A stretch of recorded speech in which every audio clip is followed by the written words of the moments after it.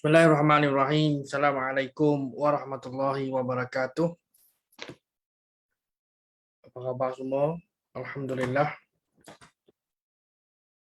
Baik, innal hamdalillah nahmaduhu wa nasta'inuhu wa nasta'dihi wa nastaghfiruh wa na'udzu billahi min syururi anfusina wa sayyiati a'malina. May yahdihillahu fala mudhillalah wa may yudlilhu fala hadiyalah. Asyhadu an la ilaha illallah wahdahu la syarikalah wa asyhadu anna Muhammadan abduhu wa rasuluh amma ba'd. Tuan-tuan dan puan-puan muslimin dan muslimat yang dirahmati Allah sekalian, alhamdulillah, syukur kehadrat Allah Subhanahu wa taala atas segala kurniaan dan limpah rahmatnya kepada kita pada malam ini. Baik, tuan-tuan dan puan-puan yang dirahmati Allah sekalian, alhamdulillah, kita bertemu sekali lagi bagi siri ke-44, wacana ya ayyuhallazina amanu, wahai orang yang beriman, yang dibawakan oleh Akademi Tadabbur Malaysia melalui platform Facebook Akademi Tadabbur Malaysia dan juga Zoom. Baik, malam ini kita masuk siri yang ke-44 dan kita skiplah beberapa ayat ataupun beberapa tema dalam surah At-Taubah, dan daripada At-Taubah tadi kalau kita tengok okey jauh daripada surah yang ke-9 terus melangkau ke surah yang ke-30, An-Nur surah yang ke-24. Baik, untuk malam ini kita akan melihat tentang seruan Allah Subhanahu wa taala kepada allazina amanu, kepada orang yang beriman, tentang peringatan dari Allah supaya allazina amanu, orang yang beriman itu tidak mengikut jejak langkah syaitan. Baik, qala Allah Subhanahu wa taala, firman Allah Subhanahu wa taala dalam surah An-Nur ayat 21. A'udzubillahi minasyaitonir rajim.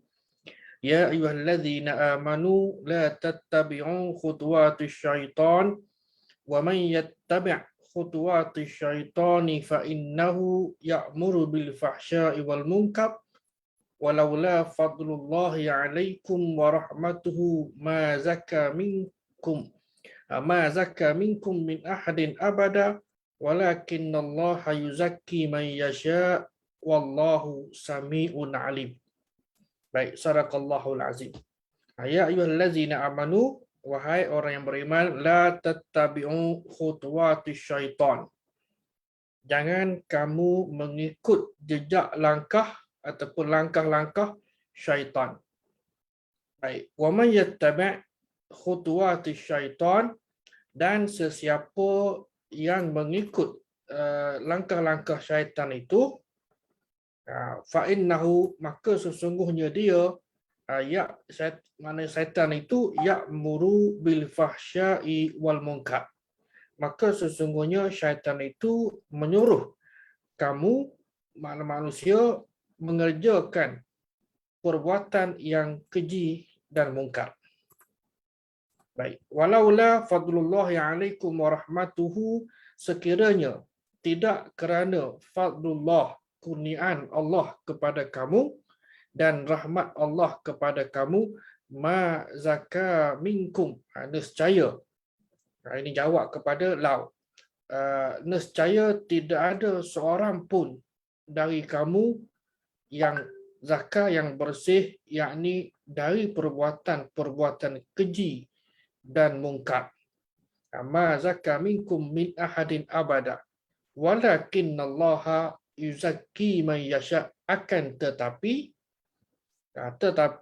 Allah Subhanahu wa taala yuzakki, membersihkan, man yasha, sesiapa yang dikehendakinya.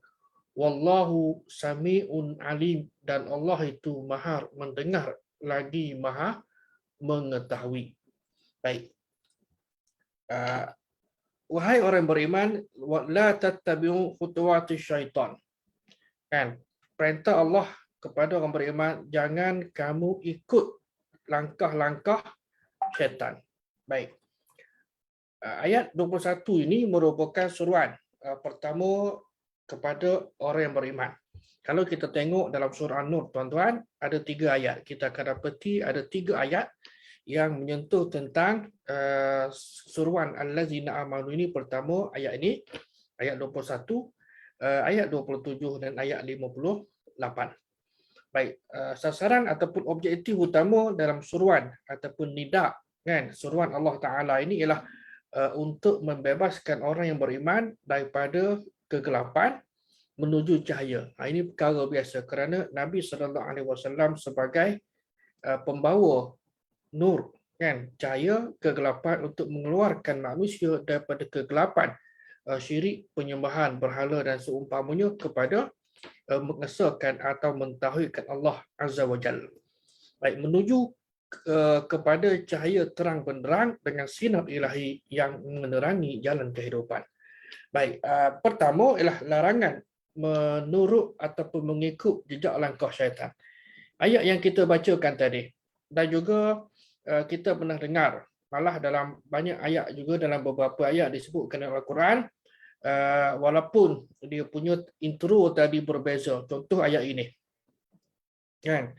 Contoh ayat ini dalam surah Al-Baqarah ayat 168, yang mana Allah Subhanahu wa taala sebutkan, ya ayuhan nas, wahai manusia, kulu mimma fil ardi halalan thayyibah, makanlah apa yang ada di bumi tadi tu, kan, daripada benda yang halal dan baik. Ya, wahai sekalian manusia, makanlah apa yang ada di bumi yang halal lagi baik, wala tattabi'u khutuwati syaitan. Dan jangan kamu ikut jejak langkah syaitan, innahu lakum aduwwum mubin, sesungguhnya syaitan itu bagi kamu adalah adu, musuh, mubin, yang jelas dan nyata. Baik, kerana sifat syaitan ni, dia akan innama ya'murukum bisu'i wal fahsya. Dia akan memerintahkan kamu, membisik-bisikkan kepada kamu, hei manusia, supaya kamu melakukan asuk, kejahatan, dan fahsyak, perkara keji, perkara mungkar, dan seterusnya lah. Wa antaqulu 'alallahi ma la ta'lamun. Dan kamu akan kata kepada Allah Ta'ala ni apa yang kamu la ta'lamun, tak tahu. Baik. Ayat surah ayat 168 surah Al-Baqarah ini merupakan kesinambungan daripada ayat-ayat yang terdahulu. Kalau kita tengok ayat inilah, dia ada rentetan daripada ayat terdahulu. Misalnya ayat 166. Ini di ayat 166 yang bawah ni, iz tabarra'al ladzina tabi'u minal ladzina taba'u wa ra'awul 'adzaba wa taqatta'at bihumul asbab. Iz tabarra'al ladzina tabi'u, ketika mana ketua-ketua yang menjadi ikutan masyarakat, bila pada hari kiamat nanti itu, ittabi'u minal ladzina taba'u, kan, mana tabarru'a ni berlepas diri daripada orang yang mengikutnya, sedangkan kedua belah pihak wara'ul azab, mereka dapat melihat, dapat tengok betapa ngerinya azab seksaan neraka tadi itu, wa taqatta'at bihumul asbab, dan pada masa itulah terputuslah segala hubungan antara mereka. Baik. Jadi ayat 168, biasalah bila kita baca ayat ni, dan dia ada kelompok-kelompok, kan, dia ada kelompok-kelompok, artinya tema by tema, sama ada tema dalam yang besar dan juga ada sub-sub tema. Baik, dapat disimpulkan tentang guru yang mengajar ilmu yang salah kepada masyarakat. Sebab apa? Guru yang salah tadi itu, pada hari kiamat, hari akhirat nanti, kan, mereka akan berlepas diri. Mereka akan berlepas diri. Baik, segala perbuatan salah dalam agama dan amalan biasanya bukan dicetuskan oleh anak murid. Biasanya untuk guru.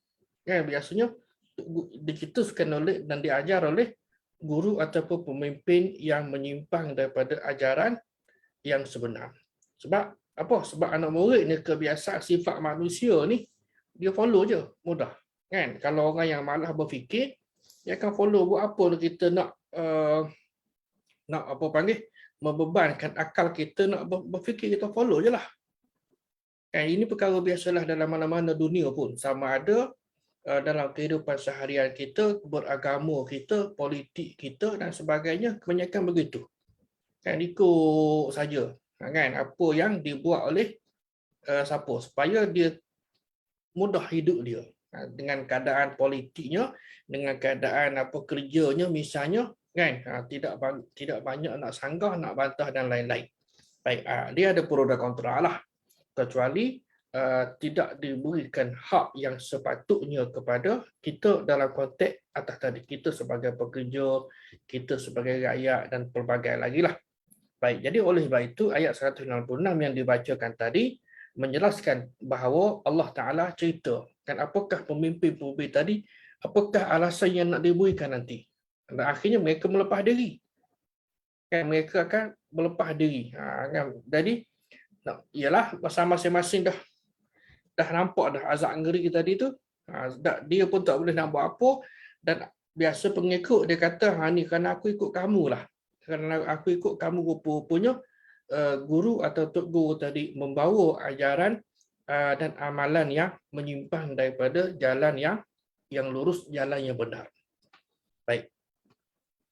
Tuan-tuan yang dimuliakan Allah Ta'ala sekalian, pemusuhan syaitan terhadap manusia. Kita maklum bahawa pemusuhan syaitan kepada manusia, terhadap manusia ni, ini cerita lama. Kan? Cerita lama yang mana kita dah tahu dah, iaitu bermula daripada kisah penciptaan Nabi Allah Adam AS, ketika Allah perintahkan kepada malaikat untuk sujud kepada Adam. Ini kita bacalah ada 3 ayat dalam Al-Quran kan, dengan pelbagai apa kita panggil cara pendekatan Allah menceritakan perihal ini ataupun isu ini, tema ini. Yang penting ialah Allah perintahkan kepada malaikat dan iblis untuk sujud kepada Nabi Adam setelah ditiupkan roh. Kan? Tuan-tuan baca dalam Al-Quran. Wa 'allama Adama asma'a kullaha, bila dah manusia malaikat ni apa Adam ni dihidupkan, dia ajar semua perkara. Baik, dan dalam ayat yang ini, wa iz qulna lil malaikah, dan apabila kami firmankan kepada malaikat, usjudu li Adam, sujudlah kamu hei malaikat, kan, sujudlah semua. Dan fasajadu, maka mereka semua sujud, illa iblis, malaikat iblis. Tunduklah, berilah hormat kepada Adam, kan.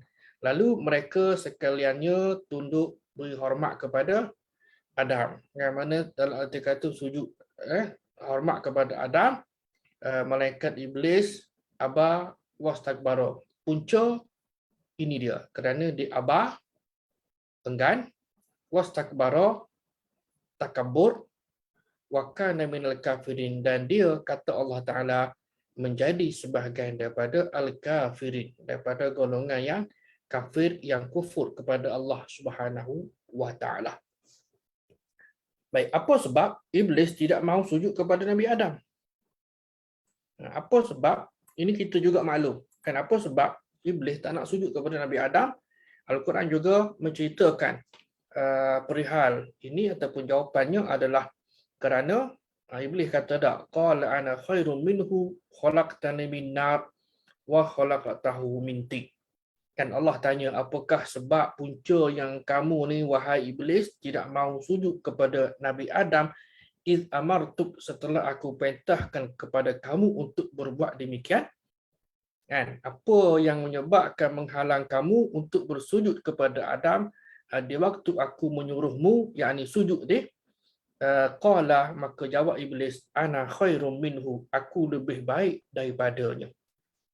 Aku lebih baik daripadanya, yang mana khalaqtani, engkau jadikan aku ya Allah, minar, daripada nar, daripada api, wa khalaqtahu, dan Adam pula engkau ciptakannya min tin, daripada tanah. Kan? Jadi kerana kesombongan iblis, keengganan dia untuk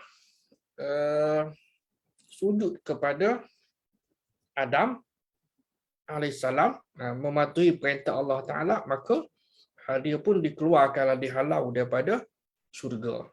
Kan? Dan bila dia diperintahkan keluar, nak tinggalkan syurga tadi, dia mintalah kepada Allah Ta'ala untuk berikan panjangkan usianya sehingga hari kiamat. Ini kita boleh bacalah tuan-tuan. Tuan-tuan buka dalam suratul A'raf umpamanya, contohlah dan beberapa ayat daripada ayat 13 hingga 19 ada mengkisahkan perihal kisah antara iblis dan Adam ini. Baik, kata Allah Taala, firman Allah Taala, qala fahbit minha. Fahbit turunlah. Minha kamu daripadanya, yakni daripada jannah. Fahbit minha, Allah berfirman, turunlah kamu daripada syurga itu, fama yakunu laka an tatakabbaru fiha fakhruj innaka minas sagirin.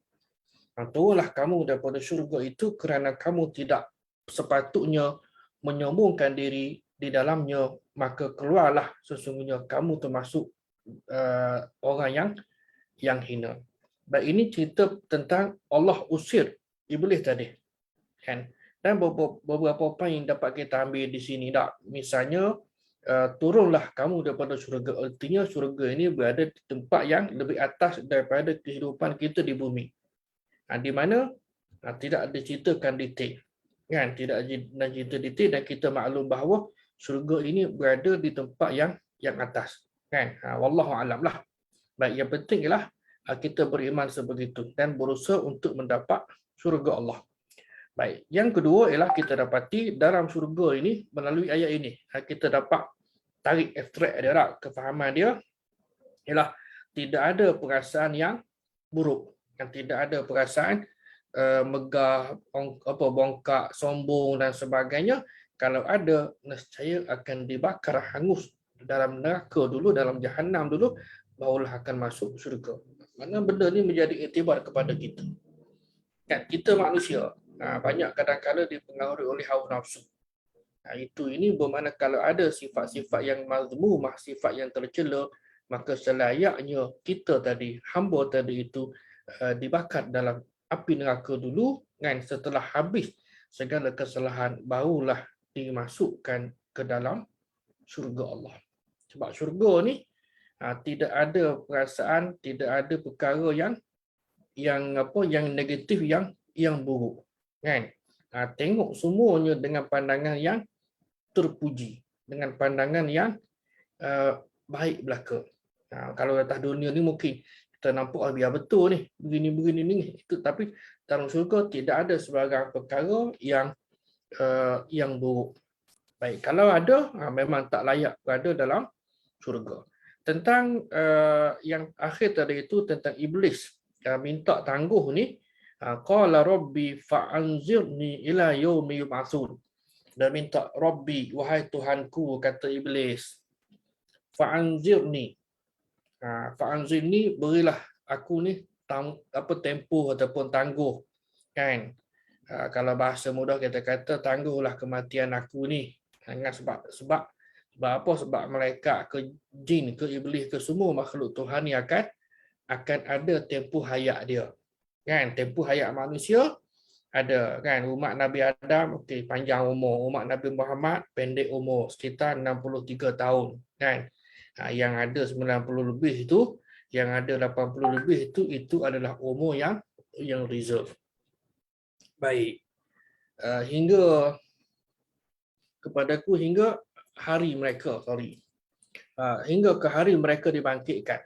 Jadi fa'anzil ini, berilah tangguh kepadaku sehingga ke hari mereka dibangkitkan. Maknanya sampai kepada hari kiamat dan dia tak mati. Dia tidak mati. Kita manusia mati, dan iblis ataupun spesies jin ini tidak mati, dia akan berkembang biak. Baik. Al-Quran juga memaparkan bagaimana kisah iblis dihalau dari syurga yang kita sebutkan tadi, dan tuan-tuan boleh tengok dalam surah Al-A'raf ayat 13 hingga 19 misalnya, menceritakan kisah bagaimana iblis ini dihalau keluar daripada syurga. Baik, balik semula kepada cerita kita. Kan, cerita tentang bagaimana apakah langkah ataupun khutuat ni, langkah, kan? Sebab Al-Quran ataupun Allah Subhanahu Wa Taala perintahkan kepada kita ataupun kepada allazina amanu, khususnya la tattabi'u khutuwatis syaitan, kan? Jangan kamu ikut jejak langkah setan. Apa jejak langkah dia? Kan apa jejak langkah dia? Kalau jejak langkah manusia kita tahulah buat itu buat ini. Jadi antaranya ialah ia dirakamkan oleh Imam Ibn Qayyim Al-Jauziyah dalam satu kitab iaitu Talbisul Iblis. Kitab ni banyak diajarkan hari ni, boleh tuan-tuan boleh cari. Baik, dalam kitab dia Talbisul Iblis, saya pun ada ini kitab yang terjemahan ini terbitan Al-Hidayah Publisher di Gombak sana. Baik, dalam kitab ini Talbisul Iblis ada menyebutkan 6 peringkat keadaan iblis dan syaitan secara umum dan ringkas. Pertama, dia punya tipu helah lah. Keadaan dia berusaha untuk mengkafirkan manusia. Mengkafirkan manusia sebab manusia daripada asalnya adalah beriman kepada Allah Ta'ala daripada zaman Nabi Adam AS. Kita baca sejarah pada zaman Nabi Nuh, kan, yang naik kapal semuanya adalah beriman. Jadi tak ada generasi yang tidak beriman, semuanya tenggelam dalam banjir besar. Kemudian lepas pada tu pula akan ada, dan biasalah kan, apa panggil, bila diutuskan Nabi dan Rasul kepada umat manusia, bila mereka dah menyimpang, Allah hantar lagi, orang panggil renew, refresh Nabi dan Rasul dalam kalangan mereka. Kita pun maklum akan bilangan Nabi dan Rasul ini. Ada pendapat kata 124,000. Yang kita maklum ialah Rasul ada 25 dengan 313. Kan? Baik. Dan Nabi. Jadi dalam konteks ini ialah ajaran Nabi dan Rasul semuanya adalah untuk mentauhidkan Allah Subhanahu Wa Taala, dan dia serentak berlaku, iaitu menegah daripada berlakunya syirik. Apa makna syirik? Kita juga sama-sama maklum, iaitu menduakan Allah, menyekutukan Allah di dalam beribadah kepadanya. Kan? Dalam beribadah kepadanya, sembah patung ataupun melalui perantara. Kan? Dalam Islam sebenarnya tidak ada perantara, kerana yang perantara tadi itu dia tidak boleh mengkabulkan permintaan manusia. Dia sendiri pun. Apatah lagi kalau benda tadi, terpihak tadi itu batu, kayu sebagaimana yang diyakini dan dipercayai malah dilakukan oleh sebahagian penganut agama yang bukan Islam. Sembah patung. Apa? Patung tadi tak boleh buat apa-apa pun, tapi keyakinan mereka begitu.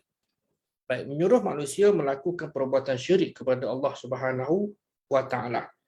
Kita melalui zaman seperti zaman animisme di Nusantara kita. Kan? Zaman animisme, zaman masyarakat yang percaya kepada spirit ataupun roh. Kan? Jadi adanya semangat dewa-dewi, semangat padi, semangat itu, semangat ini, itu zaman animisme. Kan? Baik, yang kedua ialah peringkat bid'ah. Bid'ah ialah perkara baharu dalam agama. Komputer, mikrofon dan sebagainya, itu bukan bid'ah. Kan? Benda bid'ah ialah perkara baru dalam agama. Contohlah kata solat isyak ditambah 4 jadi 5 rakaat. Kan? Jadi tambahan tadi itu perkara baru dalam agama. Adapun nak pakai jubah ke, nak pakai baju kot ke, nak pakai baju Melayu ke, itu adalah adat, tidak ada kaitan pun. Kan? Nak pakailah selagi mana pakaian tadi menutup aurat, baik dalam solat maupun di luar solat. Jadi bid'ah ini benda yang baru dalam agama, yang mana mereka berusaha untuk menjadikan manusia, ni golongan setan ni, duduk bisik-bisik, kan, menjadikan manusia lebih suka mencipta perkara bid'ah dan beramal dengannya lebih daripada melakukan amalan sunnah. Dia mudah ceritanya, bila kita buat sunnah akan mati bid'ah. Bila buat bid'ah akan mati sunnah. Dia kontra, dia tak boleh duduk sekali. Dia tidak boleh duduk sekali antara dua benda ni, iaitu sunnah dan bid'ah. Ini dalam konteks agama. Kita kena faham dalam konteks agama. Kadang-kadang orang beri contoh, tadilah mikrofon, kan, mihrab bukan benda agama, kan, tak ada mihrab pun tak ada masalah, tidak menyebabkan solat seseorang itu tidak sah, kan. Dia sebagai pelengkap sahaja dari sudut kesempurnaan ibadah, tak ada masalah, kan. Kalau solat tanpa mihrab pun, begitu juga dengan menara, kan, kalau dihias cantik-cantik dah lari dah daripada tujuan. Oleh sebab itu tuan-tuan, saya showkanlah, tuan-tuan cari, dan kalau yang belum adalah untuk dapatkan buku ini. Bacalah, kan. Banyak manfaat yang disebutkan oleh Imam Ibn Qayyim Al-Jauziyah dalam Talbisu Iblis. Baik, jika bisikan ini gagal, maka iblis tadi dia akan pergi kepada step yang ketiga. Kalau gagal untuk buat bidah, kan, bidah ialah amalan baru yang tidak ada contoh daripada Nabi SAW. Baik, ini kena faham dulu. Yang ketiga ialah iblis mendorong manusia melakukan maksiat, buat dosa serta ingkar perintah Allah Taala. Dia suruh manusia melakukan maksiat. Kita kena faham maksiat ialah bukan hanya sekadar berjudi, minum arak, berzina dan sebagainya, kan. Malah kita mencaci, berkata huduh, berkata keji juga adalah sebahagian daripada maksiat. Apa makna maksiat, kan? Iaitu derhaka, daripada asal perkataan derhaka kepada perintah Allah Subhanahu Wa Taala. Ini juga kadang-kadang berlaku salah faham dalam kalangan sebahagian masyarakat kita. Dia ingat benda-benda, kalau kita dapat contohkan seperti yang ada terkandung dalam hukum hudud, yang mencuri, yang berzina, yang merampok, yang menyamun itu adalah maksiat, kan. Jadi yang lain itu tak nampak. Begitu juga istilah haram dan berdosa. Kalau sebut haram, okey, dia rasa ketengah sikit. Bila sebut berdosa ni, tak apa, dia boleh senyum je pasal apa.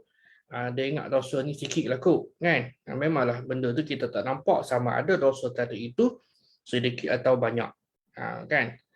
Berapa berat kalau kita nak timbangkan tak tahu. Dan dosa juga kita maklum, ada dosa besar dan ada dosa kecil. Namun kita selaku orang yang beriman, kita kena usahalah supaya kita ni tidak melakukan dosa sepanjang hari, kan. Walaupun benda bahawa manusia ni la yakhlu, tidak sunyi daripada melakukan kesalahan dan dosa, kan. Ini kita maklum.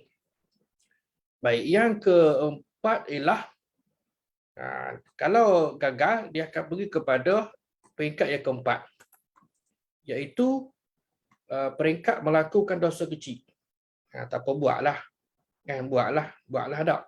Jadi iblis akan usaha dorong manusia buat dosa kecil ini dan menjadikan manusia memandang dosa pandang kecil lah, pandang remeh, kan. Dan tuan-tuan pun boleh dapatkan buku bagi yang belum lah. Saya tidak jual buku, cuma saya boleh showkan. Barangkali dah ada satu kitab ataupun buku yang disusun oleh Imam Syamsuddin Az-Zahabi. Buku yang kitab yang bertajuk Al-Kabair, kan, dosa besar, yang originalnya ada 76 dosa besar. Dia ada dua versi, satu 70 dan satu lagi 76. Yang 76 ni yang komplit, kan. Boleh dibaca, tak ada masalah lah, mana-mana pun. Jadi oleh sebab itu bila kita baca buku tadi, kita akan dapati banyak lagi dosa besar, kan. Mencaci, mengumpat juga, an-namimah juga termasuk dalam dosa besar. Jadi jika manusia berjaya mengelakkan daripada melakukan dosa-dosa kecil, kan, dia akan pergi, iblis ni akan usah juga manusia ni pergi kepada tahap kelima, menyibukkan manusia dengan hal ehwal yang harus, sehingga mereka lalai leka menghabiskan waktu dengan perkara tersebut. Untuk leka, lalai melakukan benda-benda lah, kan. Jadi sehingga hanyut begitu, kan. Tidak buat pun. Contohlah kata kita sendirilah dengan media sosial hari ini. Leka, walaupun kita ni tidaklah kata ada ataupun tidak terlibat dengan perkara seperti yang mencela, mengutuk dan seumpamanya. Tapi apa benda yang kita buat, apa yang kita tengok. Kadang-kadang perkara harus, tapi dia melekakan kita sehingga banyak membuang masa kita yang sepatutnya kita isikan dengan perkara dan amalan yang bermanfaat. Kan? Ikutlah kata pula ustaz, takkanlah saya nak duduk atas sejadah sepanjang masa. Takkanlah saya nak berzikir sepanjang masa. Kan berzikir dalam arti kata skop yang luas. Kan kita membaca, kita berfikir juga termasuk dalam ruang lingkup fikir dan zikir kepada Allah Subhanahu wa taala. Baik, kemudian yang keenamnya ialah Iblis juga akan sentiasa sibukkan manusia dengan amal ibadah yang kurang utama. Amal ibadah yang kurang utama sehinggalah tertinggal yang utama. Misal kata orang bangun tahajud. Kita bangun tahajud pukul 5.30 ataupun pukul 5 lah kan. Jadi tahajud itu memang utama. Tetapi yang lebih utama adalah solat subuh berjemaah. Contohlah kan. Jadi sehingga kita tertidur. Kadang-kadang lah. Baik, terlupa yang paling utama seperti melakukan sunat puasa dan lupa untuk qada puasa. Ini juga contoh. Kan antara sunat dan qada patutnya bayar hutang bagi selesai dulu. Kan barulah nak buat sesuatu yang sunat. Contoh kan dibisikkan kepada kita. Jadi bagi muslimin dan muslimat contohnya yang bagi orang perempuan lah. Kan kita ni sekarang bulan Safar. Kan kejap je putaran ni Safar, Rabi' awal, Rabi' akhir, kemudian Jamat awal, Jamat akhir. Ni pun siapa ni? Dia kata pernah melalui kan solat malam sehingga terlambat bangun subuh. Betul lah. Kadang-kadang kita sendiri pun kan benda-benda yang macam ni kadang-kadang disebabkan oleh faktor kesihatan, tidur tak cukup, keletihan dan sebagainya. Ada perkara yang kita sendiri alami. Kan tanpa kita kata okey, tuding cari pada orang lain. Sebab ini adalah salah satu sebagai ruang untuk kita muhasabah diri. Dah ada dah niat tapi tiba-tiba tertidur. Ada kalanya begitu juga. Kan? Ada kala tertidur. Tertidur tak khusi pun ada juga kadang-kala. Sebab ada orang jenis mudah pantang jumpa, letak saja tak kira di mana pun plano. Allahu Akbar. Saya kadang-kala Allah kata terkejut juga dengan mana simpulan. Kat surau pun dia boleh lena. Contohlah. Pelbagai lagi itu ada kelebihan manusia. Baik, tuan-tuan dan puan-puan yang dirahmati Allah sekalian. Ini buku. Ini buku, cover buku lah.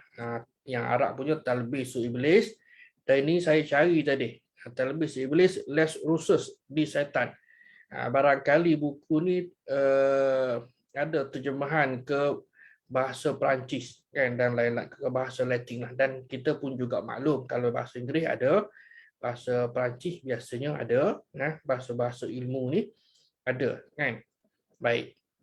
Jadi tegasnya ialah Iblis akan sentiasa goda, jurumuskan manusia setiap masa dan ketika tanpa, sebab dia ni juga dia macam dia pun makhluk Tuhan yang special kan. Dia tidak ada rasa letih, dia tidak ada rasa penat, dia tidak ada rasa bosan kan. Malaikat biasa orang kata pada malaikat, syaitan pun sama juga. Dia tidak ada rasa jemu berkali-kali untuk rosakkan manusia. Dan dia sentiasa aktif. Oleh sebab itu biasa kita dengar kalau marah kan, Nabi suruh duduk. Nabi suruh duduklah, taghdab, jangan kamu marah, dan bacalah ayat-ayat Quran dan sebagainya kan. Dan bila marah, jadi syaitan ni dia akan membesar, dia akan kuat. Baik, penyebutan 4 arah iblis datang untuk menggambarkan bahawa dia guna pelbagai cara, tempat dan kesempatan untuk menjurumuskan atau untuk nak merosakkan manusia. Ini tuan-tuan boleh baca dalam surah Al-A'raf, sambungan daripada ayat tadilah. Qala fabima awaitani la'aqudanna lahum siratal mustaqim Kemudian ayat ni summa la'atiyannahum, kemudian aku akan datang kepada mereka min baini aidihim. Kemudian aku akan mendatangi mereka min baini aidihim, daripada tangan mereka, maknanya daripada depan, wa min khalfihim, daripada belakang, wa an aimanihim, daripada kanan, wa an shimalihim, wa an syama'ilihim, daripada kiri. Artinya empat, kan?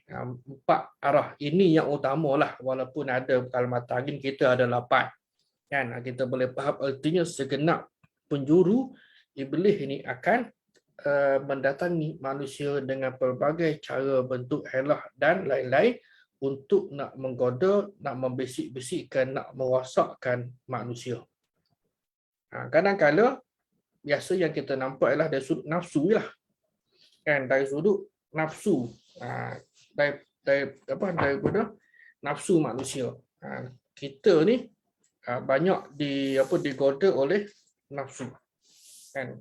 Banyak digoda oleh nafsu. Baik. Kemudian lepas daripada itu, ada, kalau ikutkan dari sudut penjelasan, ada beberapa pandangan. Misalnya Qatadah ada kata, wahai keturunan Adam, syaitan pergi kepada kamu daripada segenap penjuru. Hanya mereka tidak akan datang daripada atas kamu kerana dia tidak akan mampu menghalang antara kamu dan rahmat Allah Subhanahu wa taala.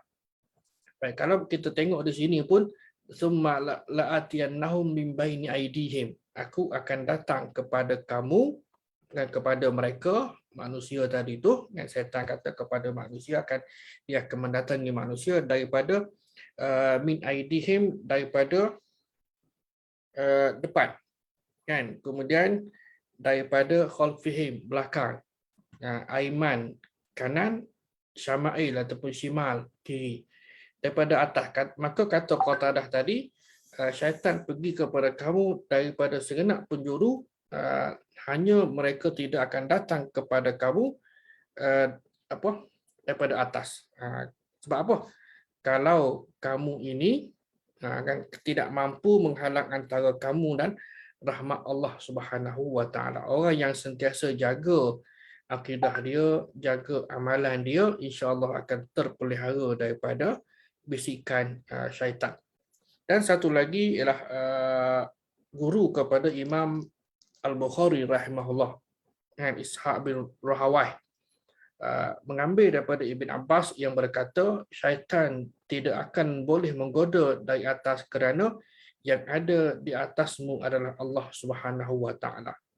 Ini berdasarkan kepada ayat yang kita bacakan inilah, sebab Allah Subhanahu wa taala tidak menyebutkan syaitan ini datang daripada atas. Dia akan datang daripada segenap penjuru yang bukan daripada atas. Kemudian Imam Al-Razi dalam mentafsirkan ayat ini, dia kata, kemudian summa la'atiyannahum, aku akan datang kepada mereka, yakni kepada manusia, min baini aidihim, di antara tangan mereka, syaitan akan goda orang Islam sehingga mereka ragu akan kebenaran hari kiamat. Mungkin dalam kalangan kita ni memang benar-benar yakin kiamat itu akan berlaku. Tapi bagi orang yang rapuh imannya, kan, mana kurang percaya, kan. Pelbagailah soal kiamat, kadang alam barzah dan pelbagai lagi, ada yang kurang percaya ataupun yang tidak percaya, ataupun juga jenis tak tahu ke mana.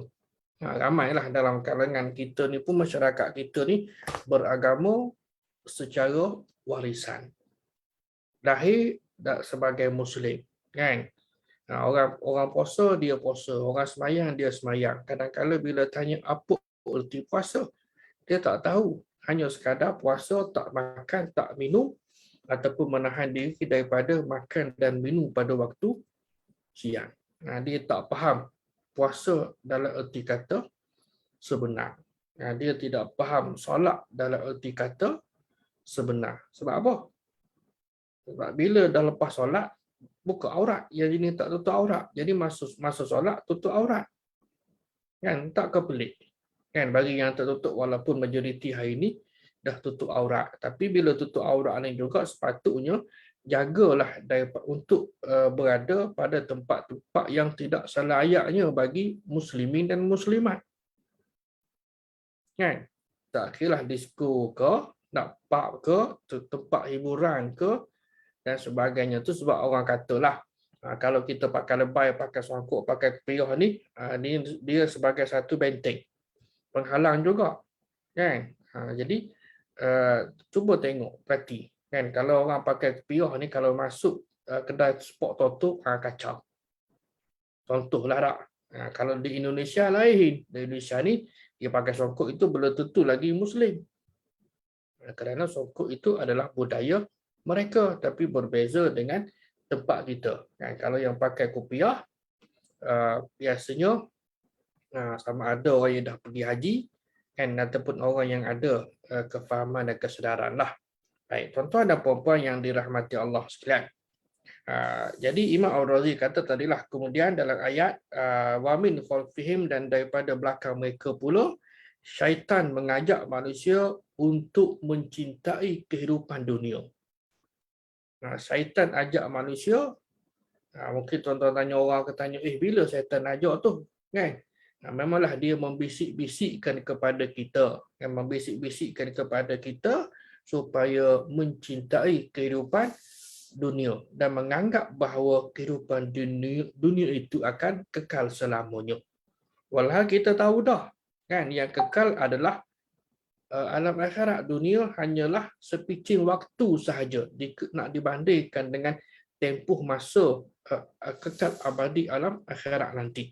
Walaupun kita hidup di dunia ni 60 tahun, 100 tahun, dan umur dunia ni berapa dah, 7,000 tahun ke, berapa bilion ke, kan? Itu terpulanglah nak ceritanya bahawa kehidupan dunia hanyalah bersifat sementara sahaja. Sementara sahaja, yang kekal abadi adalah akhirat sana, akhirat jua. Jadi menganggap bahawa kehidupan dunia habis-habis, enjoy kan. Kemudian yang ketiga ialah wa'an aimanihim, daripada kanan mereka, iaitu artinya memutar belikkan agama. Ini yang kita risau ni. Kata Imam Fakhruddin Al-Razi ni dalam Mafatih Al-Waib.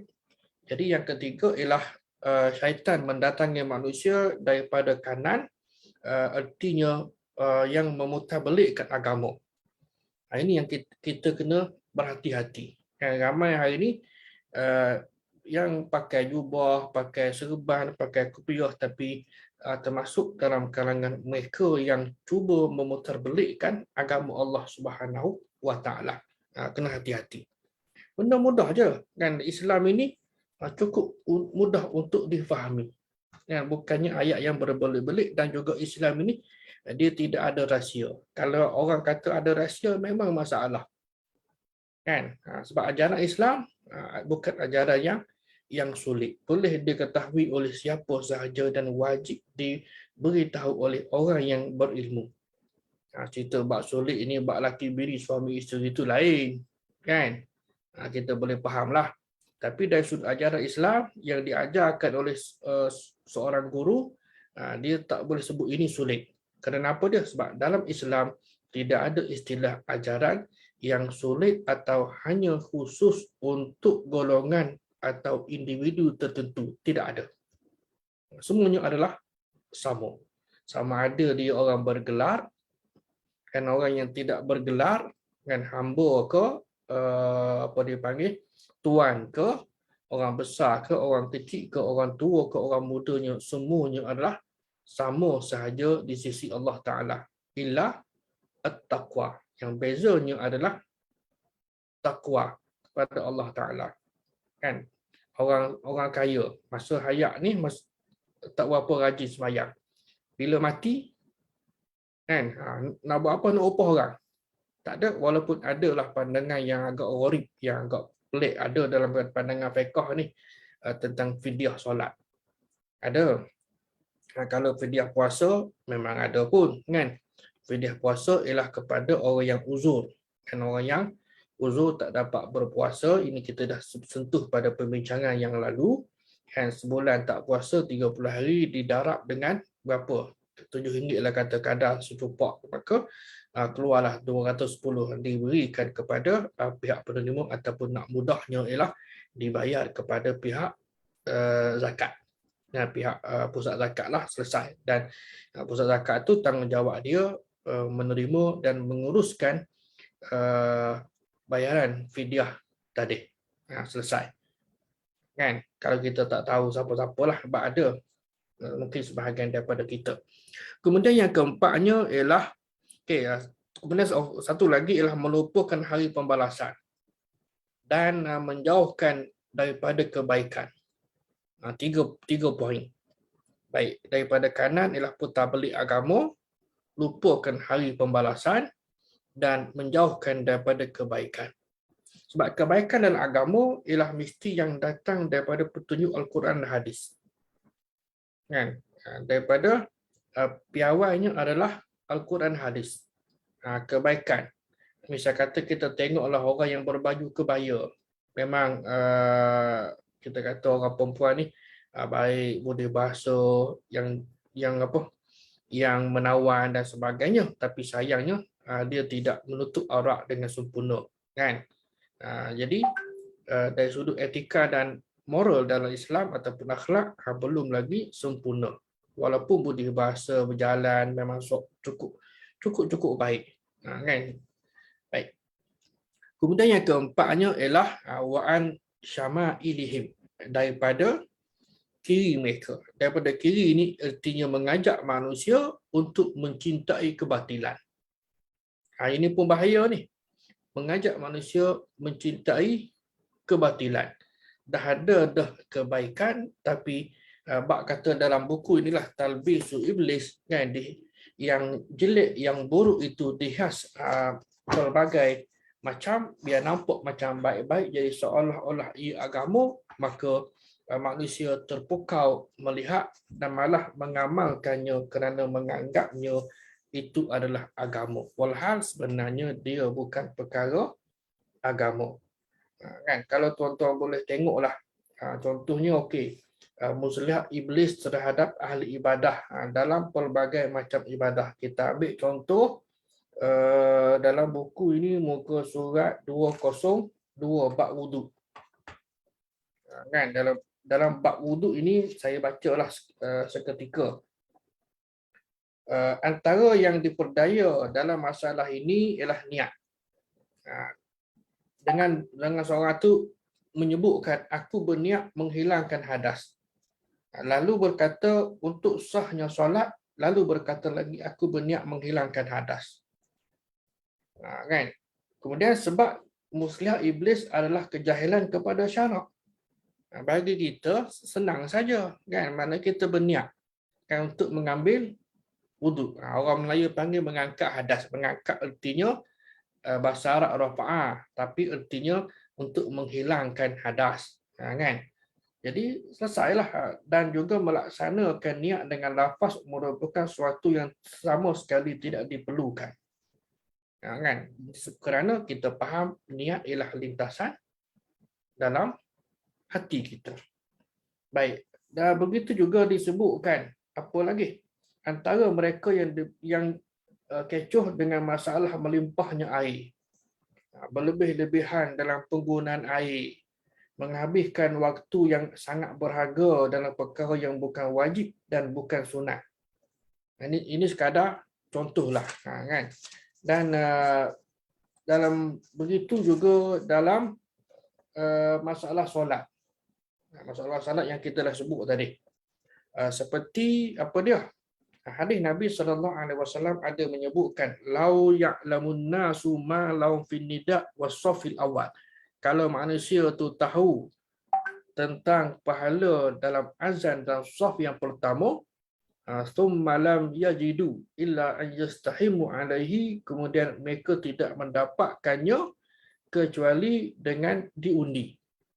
Kan, sebab hari ni orang buat dono je, orang tak rasa pun untuk mendapatkan saf yang pertama dalam dalam solat berjemaah. Sebab apa? Sebab mereka tidak ada pengetahuan dan tidak ada kesedaran.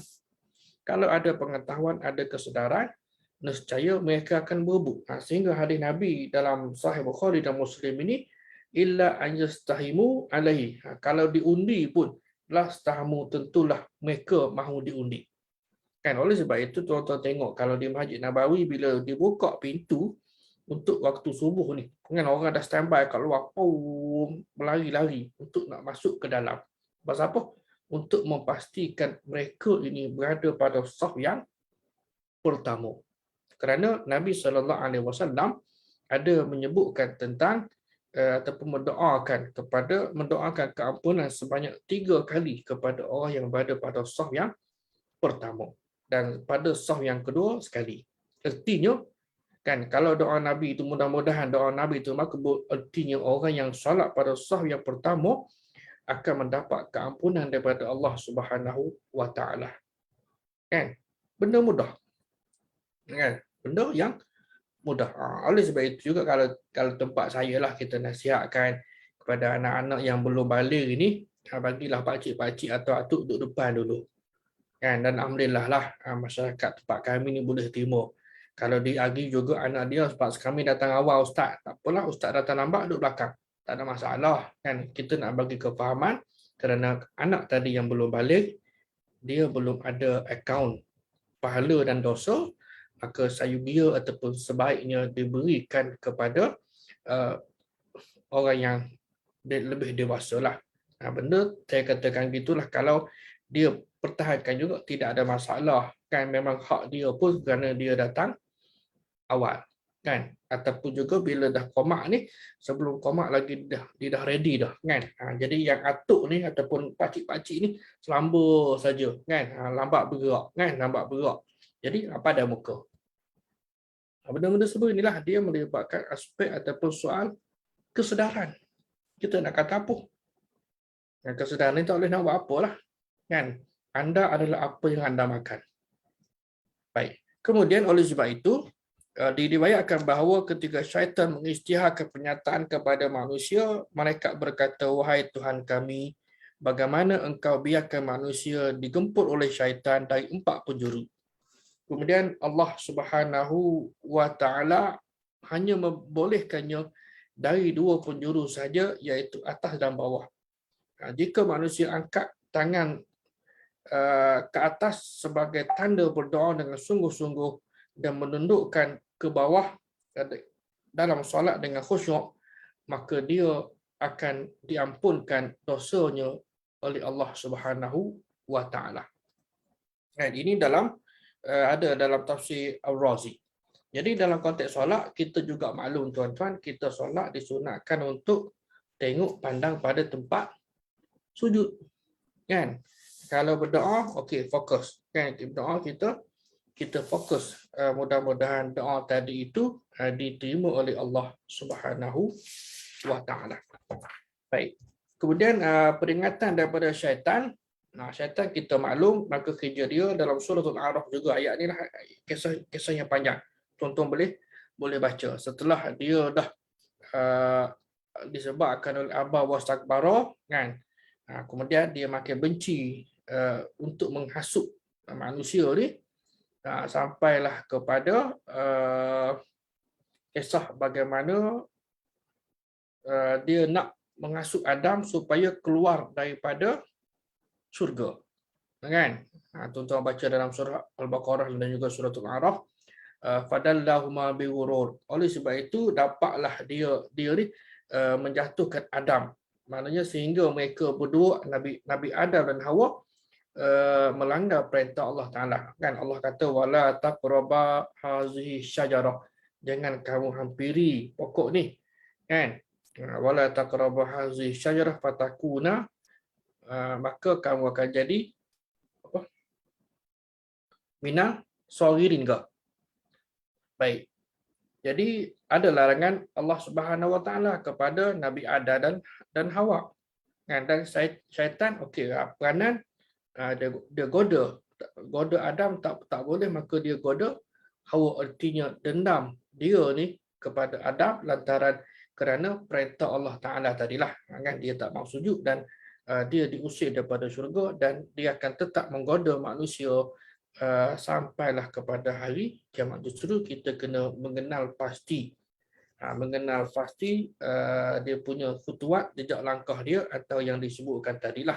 Jadi mudah-mudahan kita dapat identify, dapat mengenal pasti antara bisikan syaitan. Kalau tidak, tak adalah, kan? Jadi nanya. Dan begitulah juga hadis dalam Sahih Bukhari dan Muslim, misalnya Nabi SAW ada menyebutkan, "Iza na'isa ahadukum falyarqud hatta yadhhaba anhu an-naum." Jika salah seorang antara kamu mengantuk, dan maka hendaklah dia tidur hingga hilang mengantuknya. Kalau dah mengantuk, kena tidurlah, kan? Baik. Hatta yazhaba anhu an-naum, sehingga hilang mengantuk daripadanya. Fa iza arada solat, dan apabila dia nak solat, wa huwa ya'asu, dia dalam keadaan mengantuk, la'allahu yazhabu liyaghfira, sesungguhnya jika dia dalam keadaan mengantuk, maka boleh jadi dia baca dengan maksud untuk memohon keampunan. Fayadhhaba fayasubba nafsahu, lalu dia baca pun sambil mencaci maki dirinya. Ini bahaya, disebabkan oleh apa dia? Disebabkan oleh tidak dapat mengawal hawa nafsu, mengantuk dan sebagainya. Baik, dilihat dari sudut pandang akal, maka tidur itu dapat memperbaharui kekuatan setelah seorang tadi itu berjaga malam. Kan? Kalau rasa ngantuk, tahan juga ngantuk, kan? Tidur. Lemah badan, lemah akal, maka berehatlah secukupnya dalam melaksanakan tuntutan ibadah kepada Allah Ta'ala. Ibadah ni, kan, kita buat dalam keadaan nasyak, dalam keadaan cergas. Kalau ngantuk, tidur. Kan? Tidak dipaksa, kerana ibadah tadi, solat malam adalah optional, kan? Adalah pilihan semata. Kan, kalau rasa gagah, okey buat. Kalau rasa tak berapa gagah, buatlah yang ringkas, kan? Tidak buat yang panjang, dan bacaan pun adalah bacaan yang ringkas-ringkas. Kalau tidak, akhirnya manusia tadi itu digoda dan ditipu oleh iblis. Sebab apa? Sebab dia tidak faham konsep. Baca juga ayat walah dah bawa ke lain dah. Kerana mengantuk. Kan, itu kadang contohlah. Jadi begitu juga dengan baca Quran. Quran di sini muslihat iblis dalam masalah baca Quran pun sama juga, memperdayakan segolongan orang dengan banyak baca Quran, tetapi baca tak faham. Baca tak faham. Memang dari sudut pahala kita tidak pertikaikanlah, mudah-mudahan ada pahala kepada orang yang bacanya. Kan, tapi baca walaupun sedikit, kena faham dan tadabbur akan ayat-ayat yang dibaca. Mereka baca dengan cara yang tepat, tanpa tartil, tidak disertai dengan penghayatan hati. Ini bukan tidak termasuk dalam amalan yang terpuji. Mungkin kita sendirilah, tuan-tuan, kita baca semua nak cepat tak, kan? Jadi nak cepat, akhirnya dia punya sebutannya, makhrajnya, hukum tajwidnya dah ke laut, kan? Kerana kita nak cepat, nak habiskan bacaan kita, kan? Misalnya kata pengalaman kita lah, masa muda-muda dulu orang buat tadabbur, kita pojai, kan? Kalau tadabbur, kalau baca secara grup, okeylah, tapi dalam konteks tadabbur itu yang sebaiknya ialah kita dengar, kan, dan kita perbetulkan, kan? Dia konsep apa panggil, man to man. Kalau dalam kumpulan pun, okey, 10 orang, saya selaku tekong lah, kata tak, okey, saya baca, tuan-tuan dengar, dan turn saya, okey, turn pula tuan-tuan, okey, kita tuan-tuan baca, misalnya saya ataupun rakan-rakan lain yang akan menegur kalau ada kesalahan. Itu konsep tadarus, saling mempelajari antara satu sama lain akan bacaan Al-Quran. Baik, tuan-tuan dan puan-puan yang dimuliakan Allah Subhanahu wa Ta'ala sekalian. Sebagai rumusan dan kesimpulan perbincangan kita pada malam ini, cerita tentang khutuwat syaitan, langkah-langkah ataupun jejak langkah syaitan ini, kita kena kenal pastilah, dan tegasnya Allah Subhanahu wa taala perintahkan kepada allazina amanu, orang yang beriman, supaya sentiasa beringat, berwaspada dengan tipu daya syaitan. Kadang-kala benda tu masuk riak, kan, kita beli baju baru nak tunjuk kita, macam-macam lah kan. Dan jangan sekali menurut jejak langkah syaitan, kerana kita tahu pasti buruk padanya di akhirat nanti. Oleh itu berusahalah untuk kita mengenal pasti tipu daya syaitan, terutama dalam konteks amal kerja buat kita ni. Kan, kita baca Quran, kita berada di masjid, kita baca Quran kuat, kan, nampak baik tak? Sebenarnya adalah ada teguran daripada hadis Nabi SAW. Dan jadi kita, walaupun amalan tadi baik, bila berada di tempat awam, lalu terutama masjid, perlahankan bacaan kita, kan, baca biarlah kita sekadar telinga kita mendengar, kan, kerana dia boleh mengundang fitnah dan mengganggu orang lain yang masuk dalam masjid dan mendirikan solat sunat, mereka berzikir dan sebagainya. Jadi seperti biasa, sesiapa ataupun dalam kalangan tuan-tuan muslimin dan muslimat yang mengikuti majlis ilmu kita pada malam ini, yang dalam negara, luar negara ataupun di mana sahaja anda berada, bolehlah memberikan persumbangan anda kepada akaun Akademi Tadabbur Malaysia ini, akaun Bank Islam yang tertera. Mudah-mudahan infak yang diberikan tadi akan diberikan ganjaran yang setimpal oleh Allah Subhanahu wa taala. Jadi tuan-tuan yang dimuliakan Allah Taala sekalian, saya kira sekadar itulah untuk pada malam ini. Aqulu ma sami'tum, wabillahi taufiq wal hidayah. Wassalamualaikum warahmatullahi wabarakatuh. Dan kita tangguhkan dengan kafaratul majlis dan suratul Asr. Wallahu a'lam. Assalamualaikum warahmatullahi wabarakatuh. Terima kasih Ustaz. Assalamualaikum. Terima kasih Ustaz.